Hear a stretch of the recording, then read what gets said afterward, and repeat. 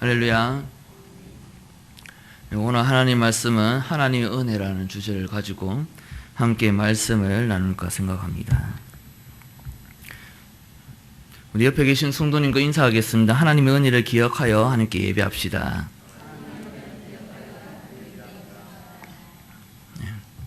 할렐루야.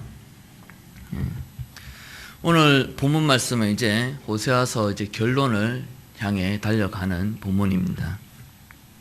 13장, 14장 말씀은 호세아서의 결론을 해당되는 말씀으로서 하나님께서 그럼에도 불구하고 쏟아부어 주시는 은혜가 이러하다라는 말씀을 하는 부분이 바로 13장, 14장 말씀입니다. 오늘은 13장 1절에서 8절 말씀을 통하여서 말씀을 나눌 때에 우리가 우상 숭배를 함에도 불구하고 그럼에도 불구하고 하나님께서 우리를 사랑하신다라는 말씀을 나누고자 합니다. 그리고 이 말씀을 통하여서 우리가 그리스도인으로서 믿지 않는 불신자로서 우상 숭배하는 부분이 아니라 그리스도인으로서 우상 숭배할 수 있는 부분은 어떠한 부분이 있을까? 신약 성경을 우리가 잠시 살피면서 그리스도인이기 때문에 지을 수 있는 우상 숭배에 대해서 나누고 우리가 하나님 앞에 어떻게 예배하여야 하며 하나님은 우리에게 어떤 은혜를 부어주시는가를 함께 나누고자 합니다. 오늘 본 말씀 13장 1절 2절 말씀에 이렇게 말씀하고 있습니다. 에브라임이 말을 하면 사람이 떨었도다. 그가 이스라엘 중에서 자기를 높이더니 바알로 말미암아 범죄함으로 망하였거늘 이제도 그들은 더욱 범죄하여 그 은으로 자기를 위하여 우상을 부어 만들되라고 말씀하고 있습니다. 1절, 2절 말씀은 무엇을 두고 하시는 말씀이 하면은 북이스라엘과 남유다가 갈라졌을 때 북이스라엘이 우상 숭배하는 사건을 가지고 오늘 본 말씀 1절, 2절 말씀을 통해 우리에게 말씀하고 있는 것입니다. 당시 여로보암 1세가 북이스라엘과 남유다를 나누어졌을 때에 북이스라엘 첫 번째 정권을 잡게 됩니다. 남과 북이 갈라지면서 정치적으로 남과 북이 갈라지는데 그런데 정치적으로 남과 북이 갈라졌음에도 불구하고 종교적으로는 전혀 갈라지지 않는 그러한 모습을 여로보암 1세가 발견하게 됩니다. 그 모습이 어떤 모습입니까? 북이스라엘 사람들이 이스라엘의 3대 절기가 되면 남유다로 내려가는 것입니다. 3대 절기가 되면은 하나님께서 말씀하셨던 그 말씀에 따라서 순종하기 위해서 이스라엘 예루살렘 성전에 내려가서 그곳에서 이 3대 절기를 지켜 행했다는 것이지요. 이러한 모습을 여로보암 1세가 바라보면서 이러다가 북이스라엘 사람들이 남유다로 이사가면 어떻게 되나. 정치적으로는 분리가 됐지만 종교적으로 분리가 되지 않은 이 상황에서 북이스라엘의 정권이 약화되어지는 것은 아닌가. 이러한 생각을 하게 됩니다. 그래서 자신의 정권을 강화시키기 위해서 종교적으로도 분리하는 시도를 시작하게 됩니다. 그것이 바로 단과 베델의 제단을 쌓는 그러한 행위입니다. 단과 베델의 금송아지 상을 만들고 제단을 쌓아놓고 이게 하나님이다 이렇게 이야기하면서 이제 우리가 남유다에 내려갈 필요 없다. 여기서 우리가 하나님께 예배하면 된다라고 이야기하게 됩니다. 이것이 바로 자기 정권을 강화시키기 위하여서 자기를 위하여 또 자기를 높이기 위하여 자기 정권을 강화시키기 위해서 우상을 만든 사건, 그것이 바로 오늘 1절 2절 말씀에 말씀하고 있는 우상 숭배의 사건입니다. 이 여로보암 1세가 단과 베델의 우상을 섬기는 제단을 쌓은 것은 하나님께 예배하기 위해서 쌓은 것입니까? 아니면 자기 정권을 위해 쌓은 것입니까? 자기 정권을 위해서 쌓은 것이지. 자기의 유익을 위하여서 하나님께 예배하는 행위를 하였다라는 것을 오늘 본문은 우리에게 고발하고 있는 것입니다. 송태건 목사님께서 설교 중에 이런 말씀을 한 적이 있습니다. 우상은 자기에 대한 신념의 표현이다. 자기에 대한 신념에 대한 표현이다. 우상은 자기에 대한 신념의 표현이라고 말씀하셨는데 그 말의 의미가 무엇일까요? 자기가 생각하는 신념, 그것을 토대로 우상을 만든다는 것입니다. 여로보암 1세가 생각하고 있는 자기의 신념은 무엇입니까? 나의 왕권을 강화시키기 위해서는 북이스라엘에 제단을 쌓는 것이다. 그러므로 북이스라엘의 제단을 쌓음으로 내 왕권은 강하게 될 것이다 라는 신념을 가지게 된 것이지요. 자기를 위한 신념입니다. 모든 사람들은 자기를 위한 신념을 하나씩 가지고 있습니다. 흔한 예로 돈을 내가 많이 벌어야 부유한 삶을 살 수 있고 복된 삶을 살 수 있는 그러한 생각, 이 신념이지요. 자기가 우상을 만드는 것은 자기가 생각하는 신념에 따라 우상을 만든다라는 것입니다. 첫 번째로 오늘 본문 말씀에서 이야기하고 있는 것이 우상 숭배는 자기의 지식을 따라 우상을 만든다라고 말씀하고 있습니다. 오늘 본문 말씀 2절에 보면은 자기의 정교함을 따라 우상을 만들었으며 라고 기록하고 있습니다. 자기의 정교함을 따라 우상을 만들었다. 여기서 정교함은 지식이라는 의미인데 자기의 지식을 따라 우상을 만들었다라고 이야기하고 있습니다. 그 지식은 어떤 지식이냐? 내가 살아보니까 이렇게 해야 잘 살더라. 저렇게 해야 복받는 삶을 살더라. 뭐 흔한 예로 우리 아가 공부 열심히 해야 훌륭한 사람 되겠다. 이것도 신념이지요. 근데 사실은 꼭 좋은 대학 가야지 공부 열심히 해야지 잘 사는 법은 아니지 않습니까? 그러나 이것을 신념으로 두고 마치 내 아이가 공부를 못하거나 좋은 대학을 가지 못하게 되면은 불행한 삶을 살게 된다라는 그러한 신념을 가지게 되는 것입니다.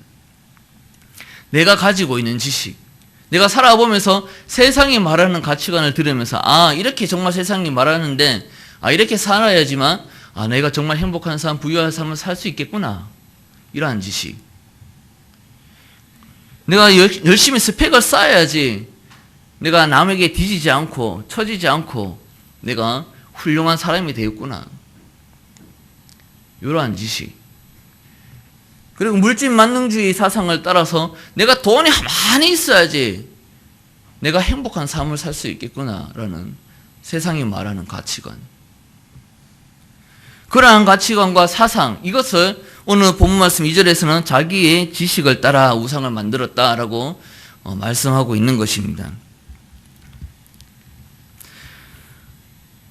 유대인은 신약에서 이스라엘 사람들은 하나님을 섬긴다. 우리는 하나님의 언약 백성이다라고 이야기하면서 각자가 자기가 가지고 있는 신념에 따라서 우상 숭배하는 모습을 볼 수 있습니다. 예수님은 이스라엘의 우상 숭배하는 두 가지 우상 숭배하는 것을 꼬집어서 말씀하시는데 하나는 전통과 하나는 성전입니다.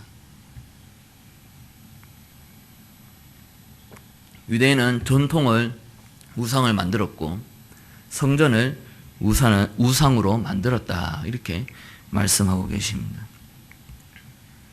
마가복음 7장 9절에 우리가 먼저 전통을 살펴볼 텐데 또 이르시되 너희가 너희 전통을 지키려고 하나님의 계명을 잘 저버리는도다. 이렇게 말씀합니다. 우리가 그리스도인으로서 우리가 범할 수 있는 우상 숭배, 그리고 이스라엘 사람들의 신약에서 하나님의 언약 백성이라고 자신들이 직접 이야기하면서 행했던 우상 숭배가 바로 전통을 지키는 행위였습니다. 이 전통은 왜 생기게 됐습니까? 왜 전통을 이스라엘 사람들은 지키게 됐습니까? 전통이라고 하는 것은 율법 외에 우리가 이렇게 하면은 하나님이 더 기뻐하실 것이다. 만약 예를 들어서 안식일이 되면은 우리가 몇 킬로 이상 걸으면 안 된다. 불을 조리하기 위해서 불을 켜면 안 된다. 이러한 것들이 전통입니다. 근데 성경에는 이제 그런 얘기들이 없죠. 하나님께서 주신 율법에서는 안식일 너희가 몇 킬로 이상 걸으면 안 된다. 안식일날 이러한 일을 하면 안 된다. 이렇게 구체적으로 이야기하시는 말씀은 없습니다. 그러나 이 이스라엘 사람들은 전통을 만들기 시작했는데 그것은 뭐냐면은 포로기에 들어가면서 모세가 예언했던 말씀을 기억하기 시작했는데 그것이 뭐냐면 너희가 포로기에 당하게 되면은 그때 내가 했던 말을 기억해라. 그때는 네가 하나님을 떠났기 때문에 그러한 어려움을 겪게 될 것이다 라고 창세기 모세오경에서 이야기한 바 있습니다. 이스라엘 사람들은 그것을 한번 기억했던 것이요. 포로기에 들면서 우리가 하나님을 떠났구나. 우리가 하나님을 떠났고 우리가 나라를 잃었구나. 우리가 다시 나라를 되찾기 위해서는, 우리가 다시 예루살렘의 성전을 쌓기 위해서는, 우리가 다시 예루살렘에 돌아가서 하나님을 섬기기 위해서는 하나님께 돌아가야 되는구나. 그래서 그들이 결정했던 것이 하나님 말씀에 순종하는 것, 율법에 순종하는 것이었습니다. 그들의 열심은 대단하지요. 다시 나라를 되찾기 위해서, 나라가 다시 회복되어지는 간절한 마음에서 율법을, 하나님께서 말씀하신 율법을 지키기 시작했습니다. 그러나 그들이 율법을 지키면서 난 더 하나님 앞에 경외하는 마음을 보여주고 싶어, 보여드리고 싶어. 하나님께서 나의 더 간절한 마음을 더 표현하고 싶어 라고 만들기 시작한 것이 전통입니다. 그래서 전통은 사실은 하나님께 자기가 하나님을 얼마나 경외하는지를 나타내기 위해서, 보여드리기 위해서 만들어진 것이지. 그러나 이 전통이 점점점 변질되기 시작합니다. 이 워낙 어렵다 보니까, 지키는 것이 워낙 어렵다 보니까 사람들이 이 전통을 잘 지키는 사람을 보게 되면은 정말 저 사람 하나님이 경외하는 사람이 신실한 믿음을 가진 사람이구나. 그리고 옆에 이렇게 성도님들을 바라보면서 저 사람 정말 믿음이 좋아 라고 하는 것처럼 당시 율법을 지키고 전통을 지키는 모습을 바라보면서 저 사람은 정말 믿음이 좋다, 신앙이 좋다 이렇게 이야기하기 시작한 거죠. 그러면서 이게 이제 자기 공로로 변질되기 시작합니다. 이 하나님께 드리려고 했던 것이 나의 공로가 드러나는 어떤 도구로 사용되기 시작했다는 것이죠. 그래서 전통을 지킴으로써 나는 이런 사람이야 라는 것을 이렇게 막 드러내려고 하기 시작했다는 것입니다. 오늘날 교회에서는 우리가 전통을 만들어가지고 율법을 이렇게 좀 더 강하게 이렇게 우리가 더 지켜드리자 하나님께 이렇게 우리가 어떻게 전통이라는 것을 만들어서 하나님께 더 경외함을 더 표현해보자 이렇게 하지는 않습니다. 그러나 이런 것은 있습니다. 교회에서 처음 개척을 시작하고 점점 교회가 성장하면서 교회가 역사가 깊어지면 깊어질수록 교회에서의 나름대로 전통을 만듭니다. 우리 교회는 이러이러한 교회야. 우리 교회는 이러이러한 연중 행사를 가진 교회야. 우리 교회 하면 이런 게 생각나는 교회야. 우리 교회의 역사는 굉장히 깊은 역사를 가진 교회야. 그러면서 교회에 대한 자부심이 생기기 시작합니다. 나는 이런 교회 다니고 있어 하면은 이제 옆에 있는 이제 다른 교회 다니면서 그 교회 역사가 참 깊지요. 참 정말 큰 교회지요. 정말 대단한 행사들을 많이 하는 교회지요. 이제 그런 것을 들으면은 이 사람들이 이 교회에 대해서 이제 이렇게 이야기할 때마다 이 자기를 높이는 것이지. 이찬수 목사님이 이런 말씀을 한번 하신 걸 들었습니다. 이찬수 목사님께서 개척을 하실 때에 개척 멤버에게 이런 말씀을 하셨다고 그러는데, 우리는 교회가 성장하면 성장할수록 우리 개척 멤버는 뒤로 빠져야 됩니다. 왜 뒤로 빠져야 되는가 하니까, 개척 멤버가 교회를 꽉 잡고 있으면은 새로 들어온 멤버들이 교회에 정착하지 못한다는 것이죠. 그리고 교회에서 헌신하고자 할 때 헌신하고 싶은데 이미 헌신할 수 있는 자리가 없어서 헌신할 수가 없다라는 것이죠. 그럼 뭔가 이렇게 시도를 하려고 그러면은 우리 교회는 이런 교회라 이미 틀이 잡혀있기 때문에, 우리는 개척할 때부터 벌써 이렇게 해왔던 교회야, 우리는 몇 년 동안 이렇게 해왔던 교회야, 이런 틀이 벌써 잡혀있기 때문에 그래서 새로운 멤버들이 이렇게 활동을 못한다라는 것입니다. 그래서 새로운 멤버들도 그 분당 우리 교회의 멤버로서 하나님께 헌신하고 하나님께 예배하고 봉사할 수 있는 자리를 마련하기 위해서 개척 멤버들은 뒤로 빠져야 된다 계속해서 강조하셨다고 이야기하는 것은 들었습니다. 우리는 이러한 모습을 종종 보게 됩니다. 물론 우리 교회에서는 보지 못했지만은 어떤 전통을 지키기 위해서 어떤 한 사람쯤은 시험 들어도 괜찮다라는 것이죠. 뭐 어떤 행사를 준비하는 데 있어서 이건 이때까지 우리가 해왔던 일이기 때문에 그 일 때문에 다른 사람이 시험이 든다 할지라도 이것은 해야 되는 것이니까 해야 된다는 거죠. 그러나 하나님께서 전통을 지키는 유대인에게 뭐라고 말씀하셨습니까? 너희가 전통 때문에 하나님의 말씀을 버렸다. 이렇게 말씀하고 있지요. 그러니까 교회의 전통, 역사 이런 것 때문에 이러한 것들이 드러나면 드러날수록 오히려 하나님의 말씀과 하나님의 권위는 교회에서 사라질 수 있다라는 것을 말씀하고 있습니다. 또 다른 예는 이런 것이 있습니다. 예전에 한 10몇 년 된 것 같습니다. 근데 버스에서 이렇게 보면은 광고판을 옆에 붙이지요. 근데 구미에서 제가 그걸 본 적이 있었어요. 근데 한동안 붙이고 다니다가 그 다음에 이렇게 떼는 것을 보았는데 우리 교회 참 좋은 교회입니다. 무슨 교회인지는 제가 선명하게 생각이 나지 않습니다. 우리 교회 참 교회입니다. 우리 교회로 오십시오. 우리 교회 교회 자랑을 하는 어떤 이만하게 길게 해가지고 이렇게 광고하는 간판을 버스 옆에다 붙이고 다니는 것을 본 적이 있습니다.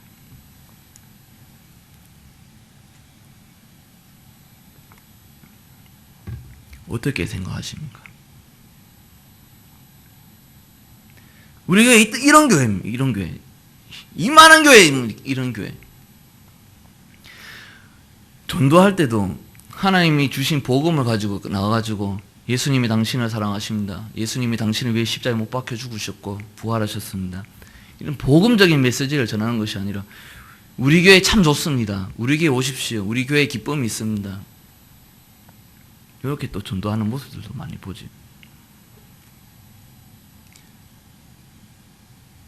전통과 역사를 자랑하는 전도 방법. 세상이 말하는 가치관을 따라서 홍보하는 교회. 하나님은 말씀하시지요. 너희가 그것 때문에 나를 버렸다. 교회가 잘 되면 잘 될수록 누구의 영광이 드러나야 하는 것입니까? 하나님의 영광이 드러나야 된다. 하나님은 나의 영광을 누구에게도 빼앗기지 않겠다라고 말씀하셨습니다. 그런데 정작 하나님의 영광을 드러내야 되는 교회가, 하나님의 나라가, 하나님의 백성들이 교회의 전통과 역사 때문에 하나님의 영광을 드러내기는커녕 우리 교회의 영광, 나의 영광, 우리 목사님 영광, 물론 좋게 봐야지요. 물론 교회에 대한, 교회를 사랑하고 좋게 보는 그러한 생각은 늘 항상 가지고 있어야 됩니다. 그러나 그 전에 교회의 중심, 머리 되시는 분은 하나님이시라는 것, 이것을 우리가 항상 염두해야 된다는 것입니다. 그리고 하나님께서 성전이 우상이 되는 것을 가지고 예수님께서 말씀하십니다. 마태복음 12장 5절 6절 말씀에 또 안식일에 제사장들이 성전 안에서 안식을 범하여도 죄가 없음을 너희가 율법에 쓸지 못하였느냐. 내가 너희에게 이르노니 성전보다 더 큰 이가 여기 있느니라. 왜 이렇게 말씀하셨는가 하면은 당시에 이스라엘 사람들이 어떤 생각을 가지고 있었는가 하면, 야, 우리가 아무리 죄를 짓고 살아도 6일 동안 죄를 짓고 살아도 성전 안에만 들어가면 우리는 자유에 대해서 자유함을 누릴 수 있어. 성전 안에만 들어가기만 하면은 우리가 지었던 모든 죄에 대해서 자유함을 누리고 우리는 구원받은 백성으로서 살아갈 수 있어라는 신념을 가졌다는 것입니다. 이건 믿음이 아니고 신념이지. 오늘날식으로 얘기하면, 야, 내가 오늘 하루 살아가면서 막 이런 죄 저런 죄 지었지만 자기 전에 회개기도 한번 딱 하면 끝나. 그런 겁니다. 물론 하나님께서 우리 죄를 용서해 주시기 위해서 독생자 예수님을 이 땅에 보내시고, 그리고 십자가에 못 박혀 죽으시고, 그 십자가에서 그 다음에 죽으시고 부활하신, 사흘 만에 부활하신 그 사건을 통하여서 우리를 용서하시고 구원하신 것은 맞습니다. 그러니까 이게 너무 은혜가 이런 것들이 강조되다 보니까, 그래, 나는 하나님의 은혜 받은 백성이야. 예수님이 이미 내 죄 때문에 대속하셨어. 내 대신에 그 죄값을 치르셨어. 그러니까 나는 너무 편하게 회개한다는 거죠. 우리가 한 가지 예로 누군가가 나 대신에 죽은 사람이 있다면은 그의 가족들이나 그 죽은 사람의 가족들이나 부모님을 만나 뵐 때가 있다면은 그 가족들을 편안하게 뵐 수 있겠습니까?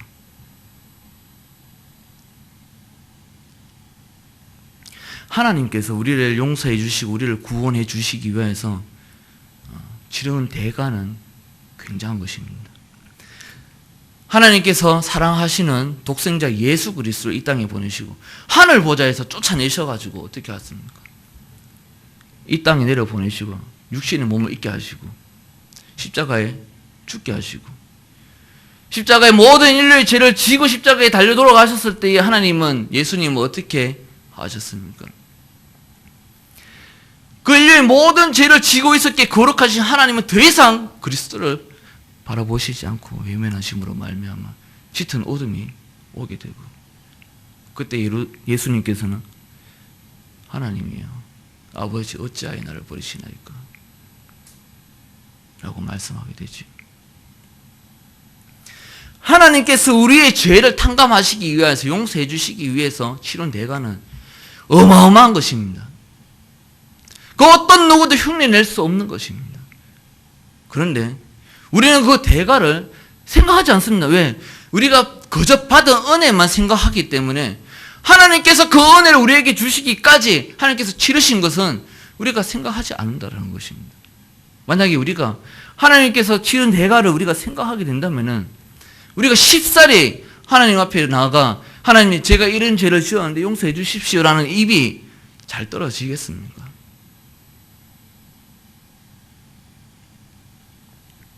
잘 안 떨어지죠. 하나님의 두려움, 하나님을 경외함. 아마 오늘 하루 종일 지은 죄를 생각할 때에 잠자리에 들어가기 전에 회개 기도할 때 어쩌면 몇 시간이고 기도해야 할지도 모릅니다. 땀방울이 핏방울이 될 만큼 어쩌면 힘써서 하나님께 부르짖어야 할지도 모릅니다. 그러나 우리는 너무나 쉽게 회개합니다. 회개 기도하면 나는 용서받아. 마치 회개 기도가 어떤 용서함 받는다든지 구원에 받기 위한 어떤 도구로 자리 잡게 되는, 내가 주문 하나 그냥 달랑 하나 외우면 나의 모든 죄가 끝나버리는 것. 이스라엘 사람들이 난 성전에만 들어가면 난 모든 죄가 사함받아 그냥 말끔히 없어져, 이런 것과 다를 게 없다는 것이지요. 우리가 죄를 안 짓고는 살 수는 없습니다. 사람이기 때문에. 그러나 우리가 최소한 하나님의 어떤 치르신 그 대가들을 생각할 때에는 우리가 회개할 때 요 하나님 앞에 어떻게 회개해야 되는가 라는 걸 생각할 때 우리는 쉽사리 하나님 앞에 나갈 수 없다는 것입니다. 그러나 너무 쉽게 회개라는 것이 되어지고 마치 주문 하나 외우면은 그냥 모든 것이 한 방에 끝나버리는 그러한 것처럼 생각하고 있다는 것이죠. 하나님 이것이 우상숭배다. 예수님께서는 우상숭배다라고 말씀하고 계시는 것입니다.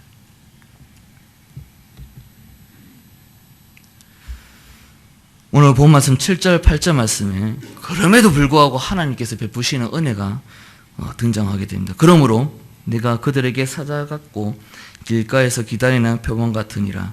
내가 새끼 이른 곰같이 그들을 만나 그의 염통 거풀을 찢고 거기서 암사자같이 그들을 삼키리라. 들짐승이 그들을 찢으리라 라고 말씀하고 계십니다. 굉장히 무서운 하나님이 등장합니다. 그러나 제가 이것을 하나님의 은혜라고 표현을 했습니다. 하나님은 자식을 잃은 어떤 곰과 같이 하나님은 진노하신다라는 말씀을 7절 8절 말씀을 통해서 우리에게 말씀하고 있습니다. 이것은 하나님께서 이스라엘을 마지막으로 이제 징계하시는, 심판하시는 어떤 의미에서 포로기를 접어들게 하는 사건, 포로기 사건을 지금 7절 8절 말씀을 통해서 말씀하고 계시는 것입니다. 근데 그 포로기에 접어들게 하겠다고 하는 그 하나님의 어떤 마음을 7절 8절에서 어떻게 표현하고 있느냐 하면은 자식을 잃은 곰같이 진노하겠다라고 말씀하고 계시는 것이죠. 어마어마한 무서움입니다. 사자나 곰이 자기 자식을 누가 해하는 모습을 바라볼 때에 가만히 있는 모습을 보지는 못할 것입니다. 자기 자식을, 새끼를 보호하기 위해서 치열하게 싸우는 어미의 곰이나 사자의 모습들을 우리가 종종 TV를 통해서 보게 됩니다. 그런 모습처럼 하나님은 그렇게 치열하게 전투적으로 징계를 내리시겠다라는 말씀처럼 보여집니다. 그러나 우리가 그 뒤에 호세아 14장 4절 말씀을 보면은 이 말씀이 그러한 의미의 말씀이 아니다라는 것을 우리가 깨달을 수 있습니다. 14장 4절 말씀에 내가 그들의 반역을 고치고 기쁘게 그들을 사랑하리니 나의 진노가 그에게서 떠났음이니라. 이렇게 말씀하고 있습니다.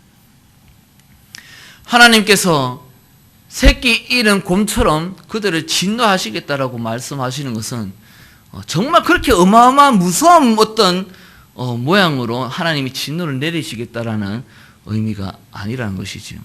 14장 4절에는 내가 너의 반역을 고치겠다, 치료하겠다. 요 라파의 하나님의 모습이 등장하게 됩니다.